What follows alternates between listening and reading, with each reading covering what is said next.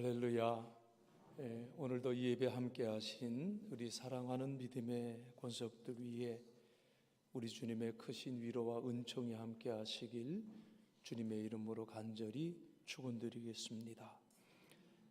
벌써 4월이 됐습니다. T.S. 엘리어트라고 하는 분은 황무지라고 하는 장편의 시에서 4월은 가장 잔인한 달이라고 노래를 했습니다. 그러나 우리 그리스도인들에게 있어서는 이 4월은 아주 특별한 의미가 있는 줄로 믿습니다. 우리 그리스도께서 십자가를 지신 곳도 4월이요, 그리고 부활하신 곳도 4월입니다. 해마다 우리는 고난주간과 부활주의를 맞이하면서 그리스도의 죽음 그리고 그리스도의 부활, 그 의미를 우리는 날마다 새롭게 새기는 연습을 해야 되리라 생각을 해요. 이 십자가와 부활이야말로 예수 그리스도의 생애의 요약일 뿐만 아니라 우리 그리스도인들은 끊임없이 자신들의 삶을 점검해 보아야 하는 잣대가 되기 때문에 그렇습니다. 여러분, 우리 그리스도께서 고난을 받으심으로 세계의 역사가 달라졌고요, 그리고 인류의 역사가 달라졌다고 하는 사실이죠. 만약 그리스도의 십자가와 부활이 없었더라면 이런 생각을 혹시 해보신 적은 있으신지요? 사도 바울은 이런 생각을 해보신 것 같아요. 그래서 그가 쓴 고린도전서 15장에 보면 13절에 그런 말씀이 나와요. 만일 그리스도의 부활이 없으면, 바울이 그렇게 질문을 하고요, 이어지는 14절에서 그리스도께서 만일 다시 살지 못하셨으면, 이렇게 말씀하고 있고, 그리고 17절에 보면 그리스도께서 다시 사신 일이 없으면, 이렇게 질문하는 것을 보게 됩니다. 여러분, 예수 그리스도의 삶은 십자가에서 끝나지 않고 부활로 이어졌습니다. 그래서 바울은 감격적인 목소리로 14절에서 그렇게 고백을 하지요. 그리스도께서 다시 살아나지 않으셨다면 우리가 전한 것도 헛된 것이요, 여러분의 믿음도 헛된 것일 수밖에 없을 것입니다. 여러분, 오늘 우리가 베드로전서 2장에 있는 말씀을 함께 보았습니다. 이 본문의 말씀은 예수님의 제자 베드로가 주후 64년경에 로마에서 기록한 말씀이에요. 자, 그때는 네로 황제에 의해서 기독교에 대한 박해가 본격적으로 시작됐던 그러한 시기였었습니다. 베드로는 이 편지를 본도, 갈라디아, 갑바도기아, 아시아, 그리고 비두니아에 흩어져 나그네 생활을 하고 있는 형제들에게 보낸 편지입니다. 자, 그런데 우리가 이 베드로를 생각하면 어떤 생각이 먼저 떠오르는가 하면, 그 예수님의 제자 베드로는요, 예수님의 십자가를 아주 강력하게 부인했던 그러한 사람이에요.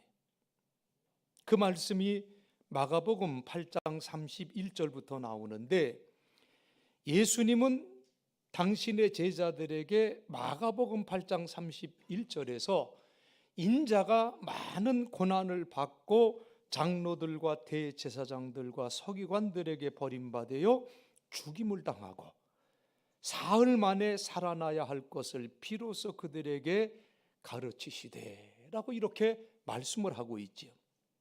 분명하게 제자들에게 이 고난과 십자가의 죽음과 부활을 가르쳐 주셨습니다. 그런데 이어지는 32절의 말씀에 보면 베드로가 이 말을 듣고는 예수를 붙들고 항변했다고 하는 말씀이 기록이 되어져 있습니다. 항변을 했다. 그런데 영어 성경에 보니까 재미있는 단어가 있어요. 항변 정도가 아니라 그 began to rebuke him이라고 이렇게 돼 있어요. rebuke, 비난을 했다는 거예요. 예수님을 붙들고 따로 데리고 가서 예수님을 비난을 했다는 거예요. 그런데 이때 예수님도 베드로를 비난하는 것을 우리가 보게 됩니다. 33절에서 사탄아 내 뒤로 물러가라. 내가 하나님의 일을 생각하지 아니하고 도리어 사람의 일을 생각하는도다, 이 말씀을 하시고 아주 유명한 말씀을 이어서 하시지요. 마가복음 8장 34절 35절에 누구든지 나를 따라오려거든 자기를 부인하고 자기 십자가를 지고 나를 따를 것이니라. 누구든지 자기 목숨을 구원하고자 하면 잃을 것이요 누구든지 나와 복음을 위하여 자기 목숨을 잃으면 구원하리라. 이렇게 말씀을 하세요. 어쩌면 베드로에게는 이 예수님의 십자가의 죽음의 의미가 깨달아지지 않았는지 몰라요. 그건 베드로뿐만 아니라 그와 함께 했던 모든 제자들도 마찬가지였었습니다. 그러니까 예수님이 잡혔을 때 제자들이 어떻게 했습니까? 모두가 다 도망하고 말았어요.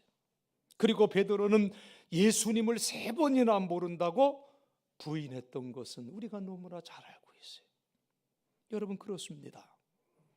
예수님을 3년 동안이나 따라다니면서 직접 말씀을 듣고 예수님께서 하시는 모든 것을 옆에서 목격했던 제자들에게도 십자가라고 하는 것은 도저히 이해할 수 없는 그러한 것이었다는 거예요.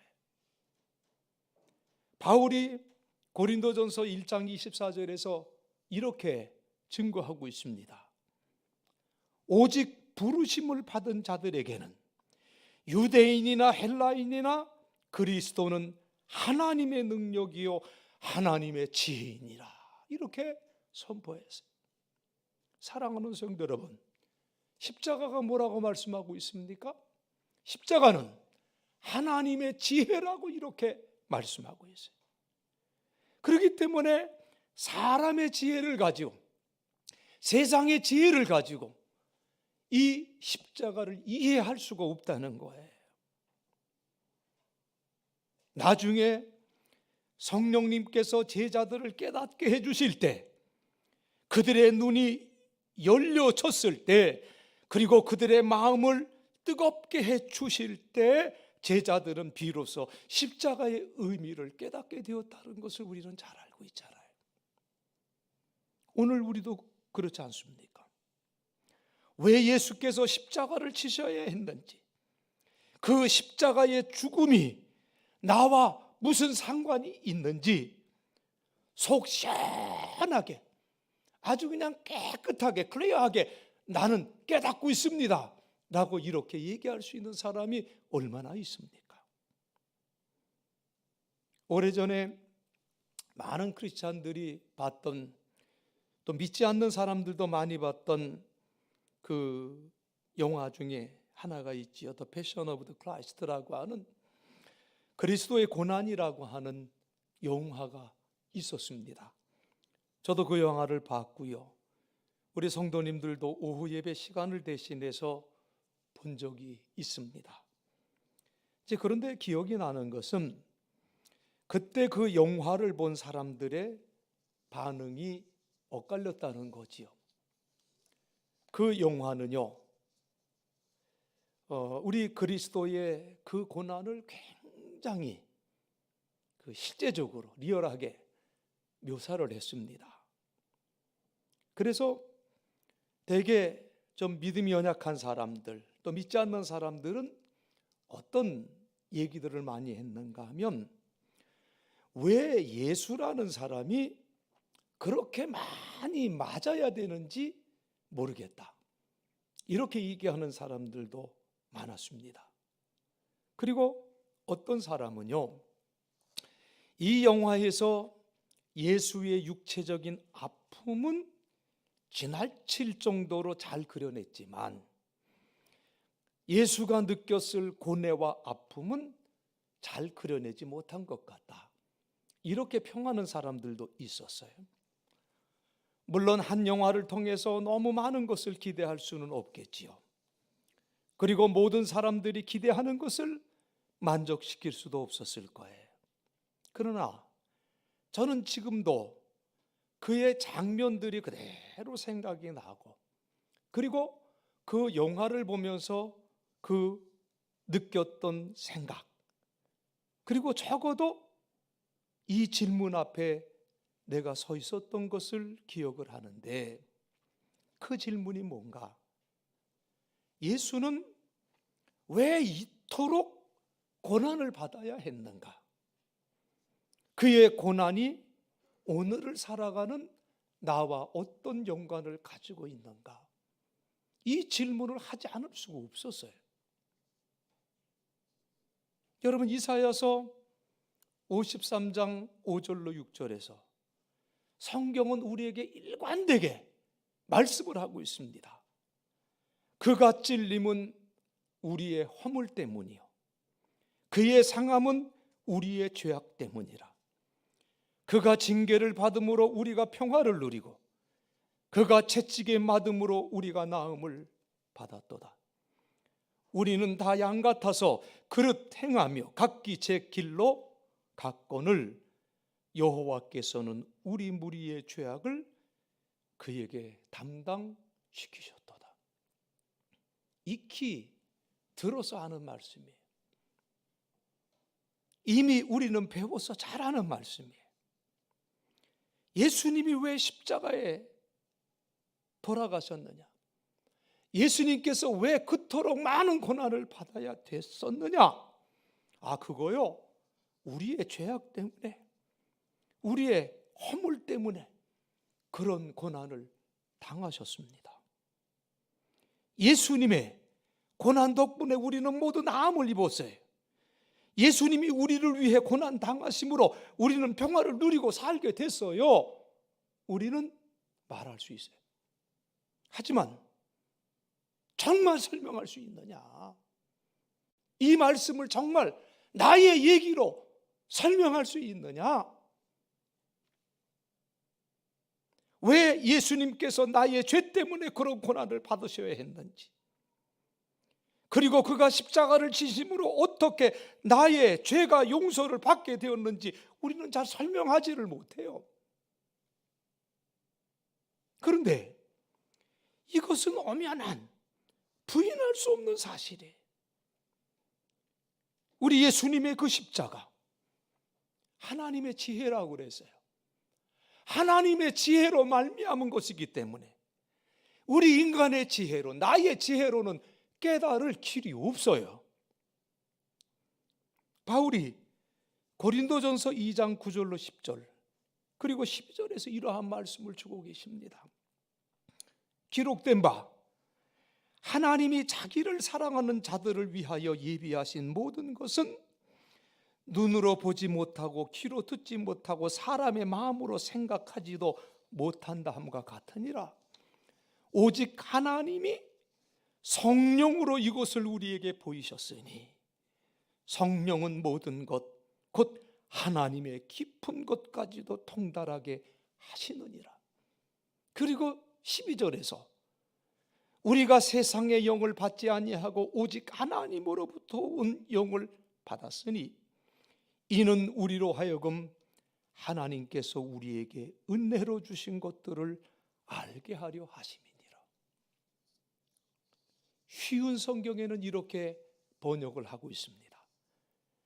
주님과 같으신 신이 있다는 것을 우리는 듣지도 못했습니다. 구원해 달라고 기다리는 모든 사람들에게 그토록 엄청난 일을 행하는 것을 눈으로 본 일도 없습니다. 그러나 우리는 이 일을 알고 있습니다. 하나님께서 성령을 통하여 우리에게 알려주셨기 때문입니다.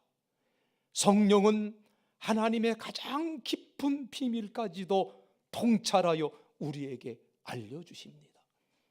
그리고 12절에 하나님께서는 이 세상의 영이 아닌 하나님의 영을 우리에게 주셔서 하나님께서 값없이 우리에게 주신 놀라운 은혜의 선물을 알게 하셨습니다. 여러분, 참 놀라운 일이 아닐 수가 없어요. 그런데 한 가지 더 놀라운 일은요, 로마 정부로부터 갑작스러운 박해로 이 카타콤이라고 하는 지하교회로 들어간 성도들에게 베드로가 쓴 격려와 위로와 소망의 편지 속에 어떤 내용이 들어있는가 하면 바로 예수 그리스도의 십자가 메시지가 들어있다고 하는 사실이에요. 환난과 박해를 받고 있는 형제들에게 들려줄 수 있는 유일하고도 최고의 메시지가 뭐냐? 십자가다. 이걸 누가 얘기했어요? 베드로가 얘기를 하고 있다, 그 말씀이에요. 앞서 말씀드린 대로 베드로가 어떤 사람입니까? 그는 과거에 과거라고도 할 것 없이 얼마 전에 예수님의 십자가를 부인했던 사람이에요. 그런데 지금은 십자가를 긍정하고 그 십자가의 메시지를 전하고 있는 사람이 되어졌다. 그 십자가를 부인했던 사람이 십자가의 메시지를 전파하는 사도로 변화될 수 있었던 것이 무엇이었겠습니까? 사람의 일만 생각하던 사람이 이제는 하나님의 일을 생각하는 사람으로 변화된 그 이유가 뭐였겠느냐? 먼저 베드로는요, 부활하신 주님을 만났다는 거예요. 부활의 주님을 만났다는 사실을 우리는 잊어서는 안 돼요. 정확히 말하면 베드로가 부활의 주님을 만난 것이 아니라 부활하신 주님이 베드로를 개인적으로 만나 주신 것이죠. 그것도 사람들 앞에서 3번씩이나, 마지막에는 저주하며 부인한 그 베드로를 우리 주님께서 친히 만나 주셨다는 거예요. 그리고 베드로의 마음에 그 예수님에 대한 사랑을 회복시켜 주시고 내 양을 먹이라고 하는 그 사명을 허락해 주셨습니다. 베드로가 부활하신 주님을 만났다. 그리고 또 한 가지, 베드로가 성령을 체험했다고 하는 이 사실을 주목해야 돼. 한 곳에 모였던 제자들이 모두 성령의 충만함을 받았을 때에 베드로도 그 자리에 있었습니다. 그리고 성령 충만함을 받은 베드로가 사람들 앞에 나가서 설교했을 때 그 설교의 중심 메시지가 뭐냐? 놀랍게도 예수 그리스도의 십자가와 부활이었다고 하는 것을 우리는 기억해야 됩니다. 오늘 말씀에서도요, 베드로는 그리스도께서 우리를 위하여 고난을 받으셨다는 사실을 강조하고 있습니다. 그리스도께서 우리를 위하여 고난을 받으셨다는 이 사실 때문에 오늘 우리들이 당하는 고난에도 의미가 있다는 것을 말씀하고 있어요. 지금 그리스도인들이 받고 있는 환난과 박해와 핍박, 이것은 예수 그리스도의 십자가 빛에서, 그 십자가 아래에서 이해해야 된다고 하는 말씀 아니겠습니까? 이것은 단순한 두려움도 아니고 생의 위기도 아니라는 거예요. 그리고 지금 그리스도인들이 당하고 있는 이 상황, 낙심하거나 절망할 문제가 아니라는 것이지요. 그러면 구체적으로 베드로가 말하고 있는 이 십자가의 메시지는 무엇이었겠습니까? 그는요, 예수 그리스도는 고난을 받으심으로 우리에게 본을 남기셨다고 이렇게 증거하고 있습니다. 우리에게 본을 남기셨어요. 그러므로 우리는 그가 걸으셨던 발자취대로 그가 남기신 그 본을 따라야 된다고 말하고 있는 거예요. 우리는 이 말씀을 정말 가슴속에 새겨야 돼요. 이 말씀을 우리가 정말 심각하게 받아들여야 돼요. 그리고 이 말씀이 오늘을 살아가는 저와 여러분들에게 어떤 도전을 던져주고 있는가? 이 질문 앞에 우리가 설 수 있어야 된다는 거예요. 왜요?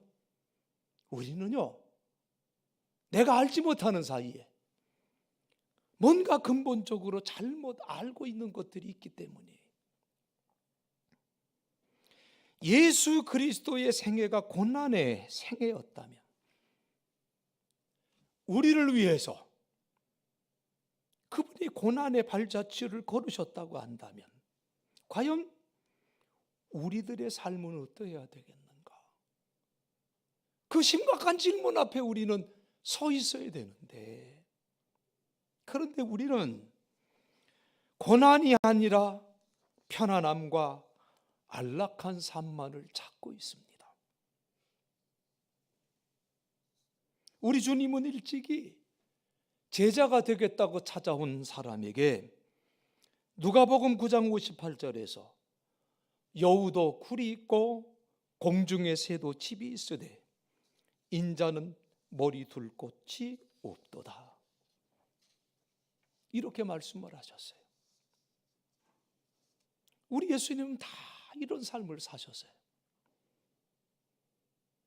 예수님의 제자가 되겠다는 사람들마저도 그 제자됨의 의미를 모르고 예수님께 찾아왔다는 거예요. 마치 자격증 여러 개 가지고 있는데 그 여러 개 가지고 있는 사람이 제자됨이라는 자격증 하나 더 얻는 것처럼 그렇게 생각을 하더라, 그 말이에요. 여러분, 부자 청년이 그렇게 하지 않았습니까? 많은 돈과 지위와 성경 교육과 이 위에 예수님을 통해서 영생을 소유하고 싶었다, 그 말씀이에요.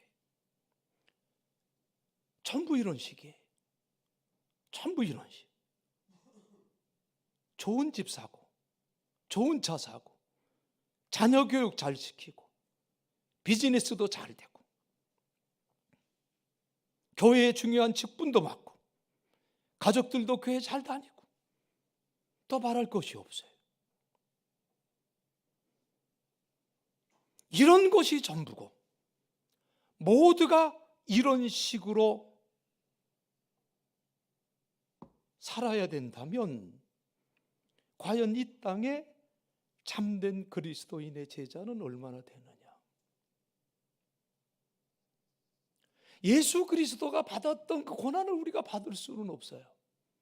그러나 적어도 주일날 이 예배에 참여하는 것조차도, 3일 예배에 참여하는 것조차도 그것도 힘들어해. 그러한 불편함까지도 감수하기도 싫어해. 너무나도 편안한 것만을 추구하는 그러한 그리스도인의 그 모습이 오늘 우리들의 모습이 아니냐? 우리 그리스도의 십자가 안에서 우리가 다시 한번 우리는 깊이 내 자신의 모습에 대해서 질문해 봐야 되지 않겠나? 이런 생각을 가져요. 저는요, 이런 식으로 성경을 가르친 적이 없어요. 도대체 누구에게 이런 식으로 배웠어요?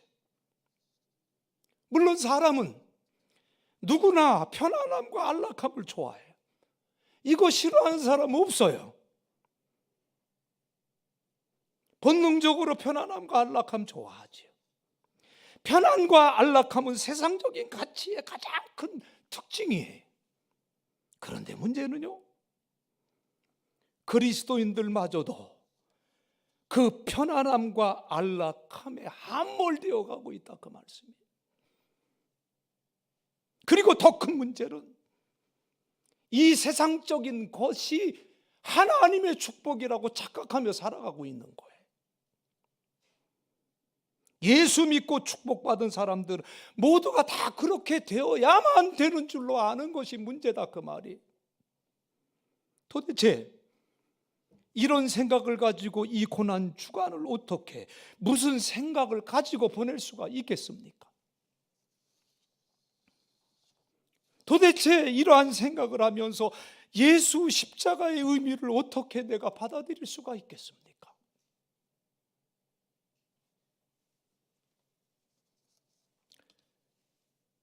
제가 성경 말씀 하나를 읽어드리겠습니다. 필립보서 3장 17절로 19절의 말씀이에요. 형제들아, 너희는 함께 나를 본받으라. 그리고 너희가 우리를 본받은 것처럼 그와 같이 행하는 자들을 눈여겨봐라. 내가 여러 번 너희에게 말하였거니와 이제도 눈물을 흘리며 말하노니 여러 사람들이 그리스도의 십자가의 원수로 행하느니라. 그들의 마침은 멸망이요 그들의 신은 배요 그 영광은 그들의 부끄러움에 있고 땅의 일을 생각하는 자라. 쉬운 성경에 이렇게 말씀합니다. 사랑하는 형제들이여, 내 생활을 본받으십시오. 그리고 나를 본받아 사는 사람들을 눈여겨 보십시오. 내가 이처럼 전에도 여러 번 당부한 일을 지금 다시 눈물로 호소하는 것은 그리스도인이라 내세우면서도 실제로는 그리스도의 십자가의 원수로 살아가는 사람들이 많기 때문입니다. 그들에게는 영원한 멸망이 기다릴 뿐입니다. 그들은 욕망을 하나님처럼 섬기고 수치스러운 것을 대단한 것인 양 자랑하는 자들입니다. 그들은 오직 이 세상 일에만 마음을 쓰고 있습니다. 사랑하는 성도 여러분, 우리는 이 고난 주간에 내 자신의 삶을 다시 한번 점검해 봐야 될 줄로 믿습니다. 여러분, 자동차도 제때 점검을 해주면 문제없이 오래 탈 수가 있어요. 우리 신앙도 마찬가지 아니겠습니까? 지금 나는 그리스도의 본을 따라서 그분의 발자취를 따르고 있는가? 지금 나의 삶 속에 예수 그리스도가 받으신 그런 고난이 있는가? 나는 그리스도인이라고 말하면서도 사실은 십자가를 부인하고 있는 것은 아닌가? 우리 그리스도인의 삶, 그리스도의 본을 따라 그분의 발자취를 따라 사는 사람들은 구별된 삶을 살아갑니다. 억울한 일을 당해도 문제 삼지 않고요. 왜냐하면 우리 주님이 그렇게 하셨기 때문에. 내가 싸워서 내 권리를 찾기보다는 공의로 판단하시는 하나님께 모든 것 맡기고요. 또 그리스도의 본을 따라 사는 사람은 죄에 대하여 죽고 의에 대하여 살지요. 죄의 유혹에 대하여 반응하지 않아요. 그러나 의로운 일이라면 자리에서 벌떡 일어납니다. 왜 그렇습니까? 그리스도께서 나의 죄를 친히 십자가 위에서 담당하셨기 때문이에요. 또 있죠. 그리스도의 본을 따라 사는 사람, 영혼의 목자를 모시고 살아가요. 죄 없으신 주님께서 하나님 아버지와 깊은 교제를 나누셨던 것처럼 그리스도의 본을 따라서 사는 사람은 하나님을 나의 목자로 삼고 살아갑니다. 그의 생에 기쁨이 있다면 그것은 영혼의 목자이신 하나님께 순종할 때에 그의 생에 목적이 있다면 그것은 그의 영혼의 목자이신 그분의 뜻을 이루는 거예요. 그의 생애에 행복이 있다면 그의 영혼의 목자가 되시는 그분의 인도와 보호 속에 사는 거예요. 여러분, 한번 잘 생각해 보세요. 주후 64년경에 베드로가 이 편지를 썼을 때 베드로의 마음속에는 선명한 그리스도인에 대한 이미지가 있었어요. 이미지. 그리스도를 본으로 삼고 그의 발자취를 따라 사는 사람은 이렇게 하는 선명한 이미지가 있었다는 거예요. 그런데 2000여 년이 지난 후 그 이미지가 어떻게 되었습니까? 그 이미지가 너무나도 왜곡되어져 있지 않습니까? 오늘 내 스스로와 그리고 베드로가 오늘의 말씀을 통해서 그렸던 그 그리스도의 모습들은 과연 어떠할까? 베드로가 그렸던 그 선명한 그리스도인의 이미지대로 살아가는 사람이 있다면 여러분 금방 구별되지 않습니까? 그런데 우리 시대의 그리스도인의 정체성은 참 애매모호해요. 그리스도인인지 아닌지 구별할 수가 없었어요. 도대체 그리스도인이 어떤 사람들인지, 그리스도인이 무엇을 하는 사람들인지 세상 사람들과 구별이 안 돼.